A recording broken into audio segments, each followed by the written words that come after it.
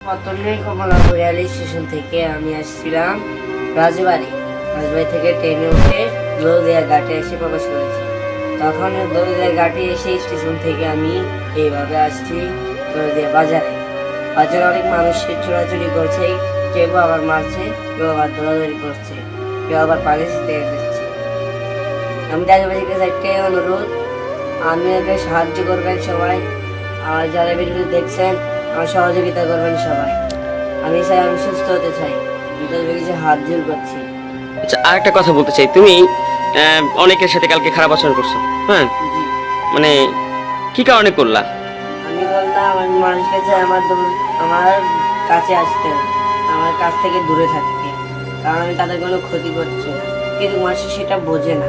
মানুষ উল্টার আমার কাছে এসে এসে আমাকে জ্বালায়, কেউ খেপকায়, কেউ আবার ডাকে। আর একটা কথা বলি, তুমি কুকুরের মতো কালকে যে আচরণটা করলা, জি, হ্যাঁ, কুকুরের মতো তুমি ডাকলা, খেউ খেউ করলা, অনেকে দৌড়ানি দিলা, এটা কি কারণে তোমার এরকম হচ্ছে? কেবলমাত্র আমার ঠান্ডা পানি খাওয়ার কারণে। যখন আমি ঠান্ডা পানিটা আমার ভিতরে প্রবেশ করে না, তখন আমার ভিতরে মনে হয় কি আমি কাকে ধরবো, কাকে কামড়াবো, কাকে আমি আমার মতো করবো, তাই মনে হয়। কিন্তু আমি মনে মনে একটা কিছু ভাবি, যেরকম এরকম মানুষ দেখলে ভাবি তার দুটো বাচ্চা আছে, তাদেরকে তো কামড়ানোর প্রয়োজন নাই। মানে তোমার সাথে যারা খারাপ আচরণ করছে তাদেরকে তুমি অ্যাটাক করছো? হ্যাঁ, তাদেরকে আমি কামড়ে দিয়েছি অনেককে, আর কেউ মেডিকেলে ভর্তি, আর কেউ দুনিয়া থেকে বিদায় নিয়েছে।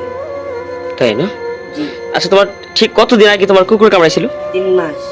3 মাস? জি, এটা সত্য তো না? এটা সত্য। এর মধ্যে তুমি কোনো মেডিসিন নিয়েছো, কোনো ইনজেকশন, কোনো চিকিৎসা নিয়েছো? 3টা নিয়েছি, 3টার মধ্যে একটা বাকি রয়েছে, সেটা দিতে পারি নাই, তার কারণে এরকম মনে হচ্ছে। হ্যাঁ, এটা দিলে আমি পুরোপুরি সুস্থ। ইনজেকশন দিলে পুরোপুরি সুস্থ। যাই হোক, তোমার জন্য দোয়া করি, আল্লাহ যেন তোমাকে সুস্থ করে দেয়।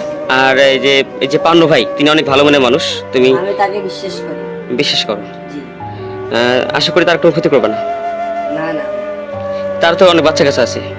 আমি জানি আপনি যাকে এখন যাদের সাথে আপনি বলছিলেন তাকে আমি আমাদের ভাইয়ের মতো করি, কিন্তু আমি কি কোনো ক্ষতি করতে চাই না। আচ্ছা, এখন কি তুমি তোমার পরিবারের কাছে ফিরে যেতে চাও না?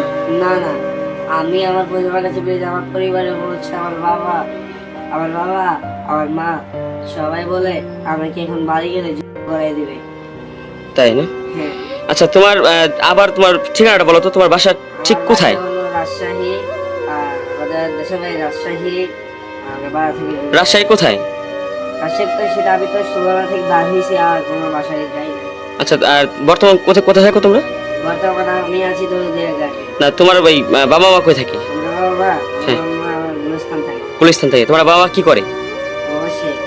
হ্যাঁ, শেখ পদ্ধতি শেখ কি করে তোমার বাবা? কাজ করে তোমার কাজ করে, এই যে যেমন করে আমার বাবা এই যে গার্মেন্টস গুলো আছে না, ফ্যাক্টরি গুলো ওগুলোতে আর কি। মোটামুটি ভালো একটা ইনকাম করে তোমার বাবাটা। যাই হোক, সবাই আমাদের এই ভিডিওটা বেশি বেশি শেয়ার করবেন, এবং এই বাচ্চাটার জন্য আপনারা একটু দোয়া করবেন, এবং তার সুচিকিৎসার জন্য আপনারা যে যা পারেন, আমি পান্নু ভাইয়ের নাম্বার দিয়ে দেবো, আপনারা অবশ্যই তার সাথে যোগাযোগ করবেন। আসসালামু আলাইকুম, সবাই ভালো থাকবেন।